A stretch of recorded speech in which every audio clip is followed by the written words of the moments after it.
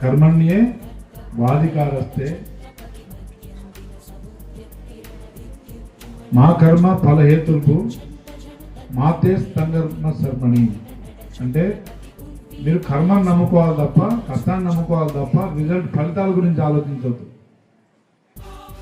కష్టాన్ని నమ్ముకోండి, కష్టపడండి, కానీ ఫలితం గురించి ఆలోచించదు. ఫలితం వస్తుంది కొంచెం ఇంకా ముందు అంతే. ఏమమ్మాయిలు, కష్టం పడేటప్పుడు నిజాయితీ పడండి. ఫలితం వచ్చిందాన్ని మీరు ఆస్వాదించండి. 60% వచ్చినా 90% వచ్చినా దాన్ని హ్యాపీగా యాక్సెప్ట్ చేయండి. నాకంటే కొంచెం తక్కువ చదివిండు, ఆయనకు మార్క్స్ ఎక్కువ వచ్చినాయంటే ఆయన మంచిగా రాసిండు. కొంతమంది టీచర్లు చెప్తుంటేనే వినేస్తారు, ఏక సంతాగ్రహి అంటారు.